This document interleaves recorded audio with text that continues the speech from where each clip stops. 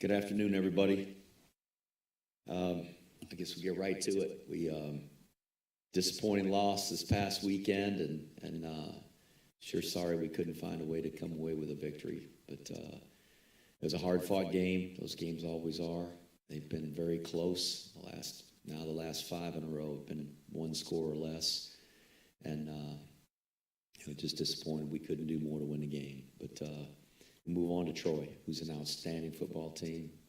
They're a great defensive football team, and which is tough to watch. Sheil Wood, who was our co-defensive coordinator last year and coached the safeties and had coached the inside linebackers for us, is the defensive coordinator and doing a terrific job for them.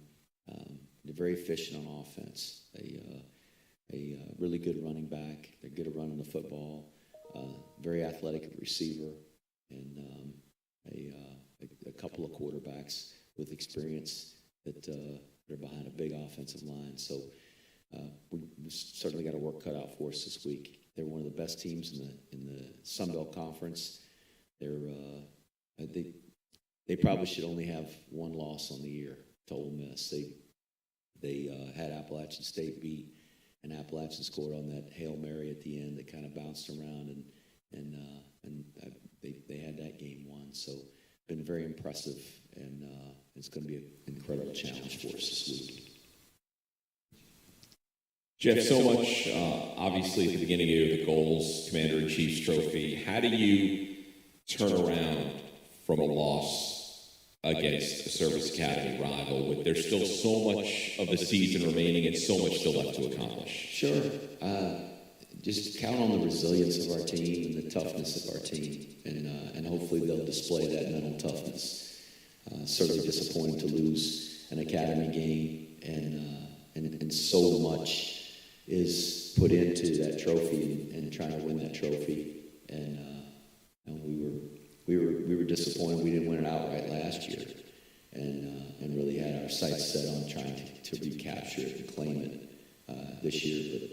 But we got beat, and so our guys need to look at it with humility and realize that, there's a lot of things that we need to do better and have to strive to do better. And we as a staff need to reflect and look at the things that we can do to better position our guys to be in position to win the game. And so for all of us, just to get back to work, and if we sit around and have a pity party and feel sorry for ourselves, it's not going to do anything to help us beat Troy, and Troy's going to be a great challenge. And Jeff, about Troy, what is it? Obviously, they've had a good year. They're already bowl eligible. What challenges do they present? Just athletically. They're really, really good athletically, and that's across the board. Their defensive line's very impressive. Watching them rush the passer and how athletic they are, and their secondary linebackers are fast.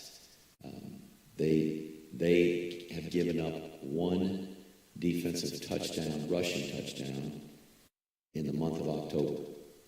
One. That's incredible. I'd never heard anything like that before.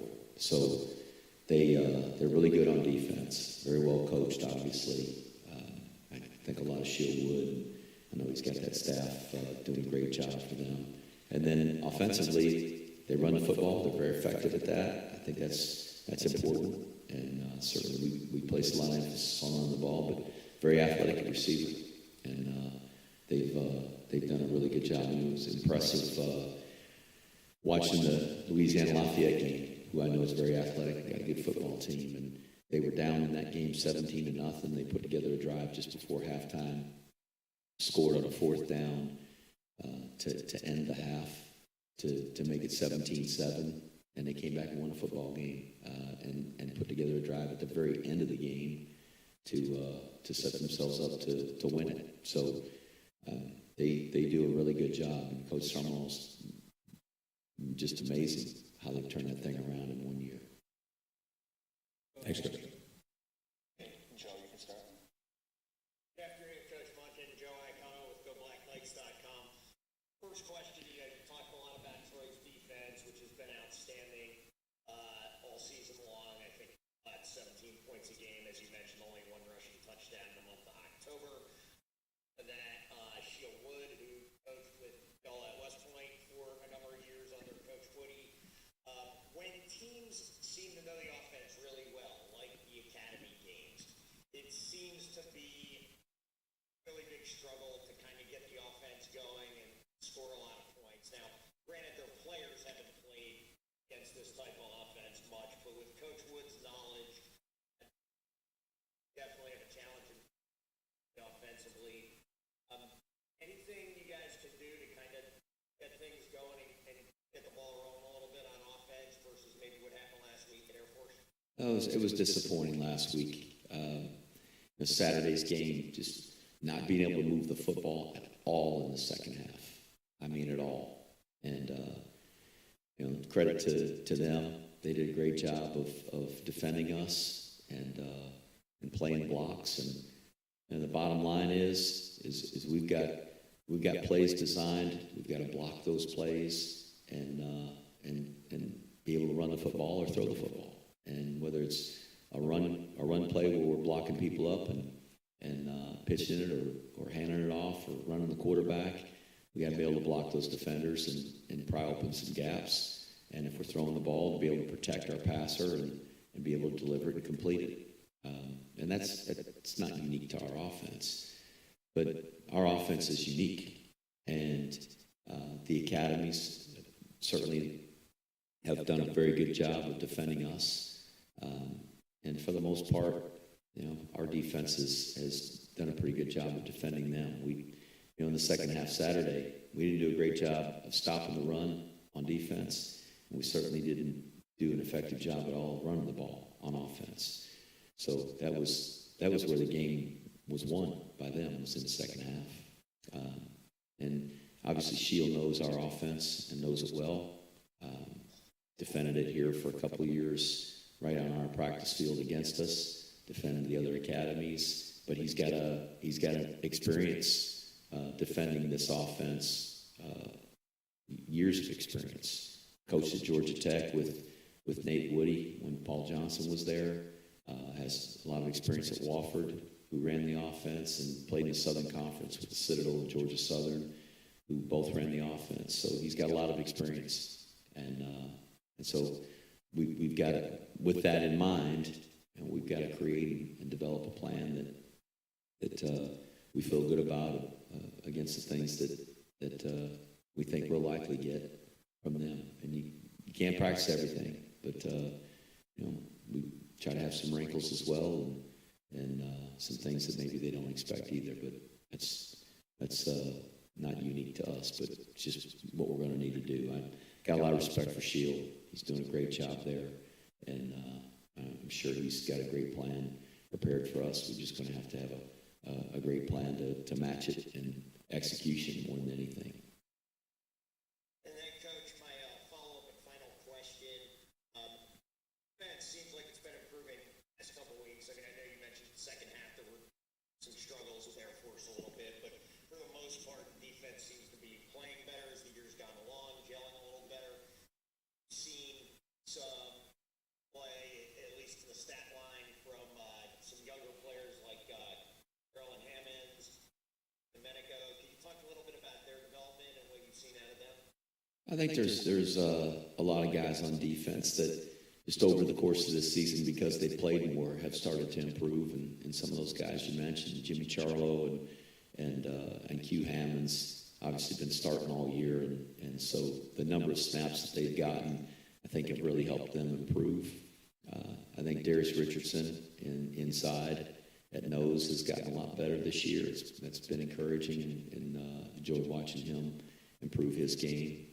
Young guy like Jacob Tuioti is having a good year. He's gotten better as the season has gone along.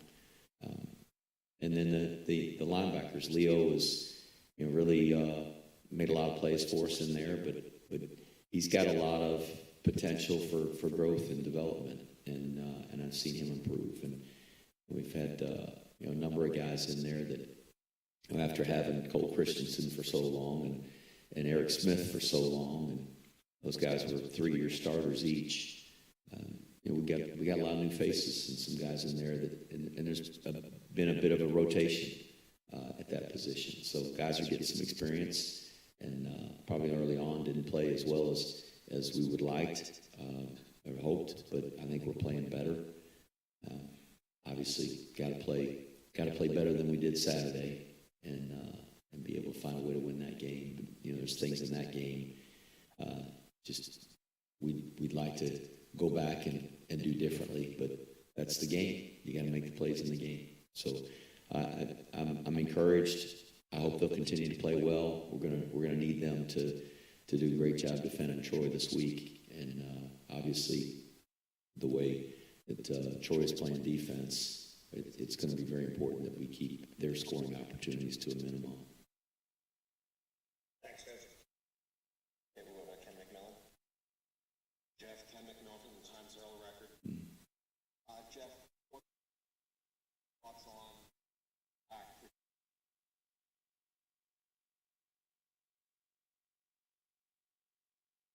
thoughts about using some of them?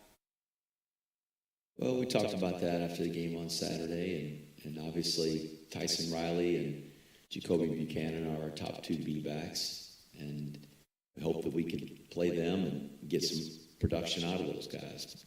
It isn't just them; it's everybody else that's blocking for them. We're all responsible for that, and we didn't get enough production out of them on Saturday, clearly. But there are other guys, Hayden Reed and Markel Johnson, guys like that have played, and certainly I think there's merit to trying to find a way to get them in there. But it's so few plays on Saturday. We had less than 50 countable snaps where we snap the ball and ran a play. That's not very many snaps. So if you just divide those in half, that's 24, 25 snaps for each guy. It's not a lot of football, and there are two top guys. So hopefully they'll be more productive as we get into the last third of the season here against Troy and in games to come. I don't want to say experiment.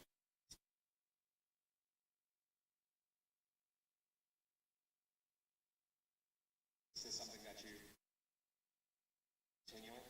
No, it just, I think Tyre's a good runner, and Jamel had run the ball and led our offense really well the two previous weeks, and so it really became Jamel's game. Just having both of those guys in there, a bit of uncertainty as to who might line up at quarterback. Of course, the first play, Tyre was in a quarterback and ran the ball, and Jamel was a slot, and it's just something we did for that game. And if we feel like it's important to try to do that as we go forward, we will. I mean, it was what we thought might help us gain some production on Saturday.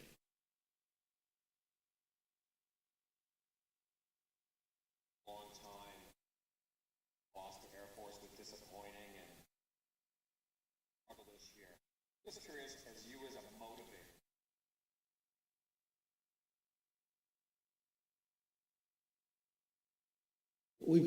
We've hopefully built a culture here that these guys are going to continue to fight, and it's beyond just one game or disappointing, a disappointing season so far.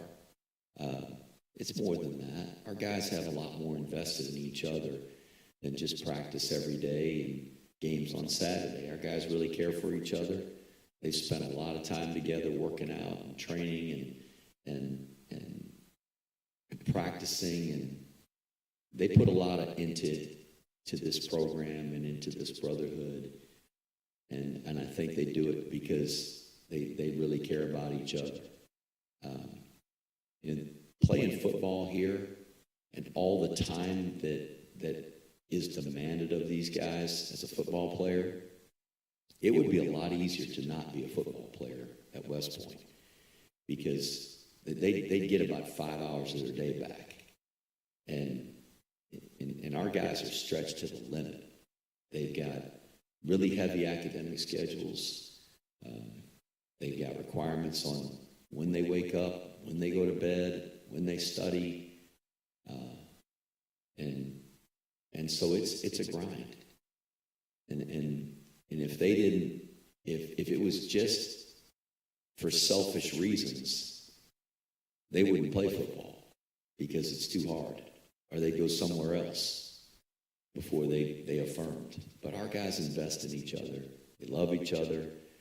They want to win together, and they're motivated to go and play and compete. They're competitive people, and I think that's what this environment, this academy attracts, is competitive people. And our guys, they like to compete together. So certainly it's our job every day, my job, to motivate and inspire everybody in this program. But it's also to build a culture where I don't have to constantly be in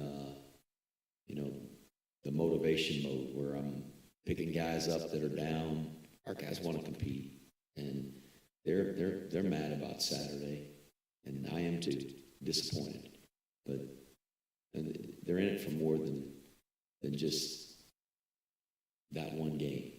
And it's an important game, but they're excited to play this weekend, I assure you, and they will fight as hard as they can fight this weekend. And hopefully that motivation comes from the fact that they love this team and they feel a sense of obligation and responsibility to the other guys in this room. And when you feel that way, it's because you care about them.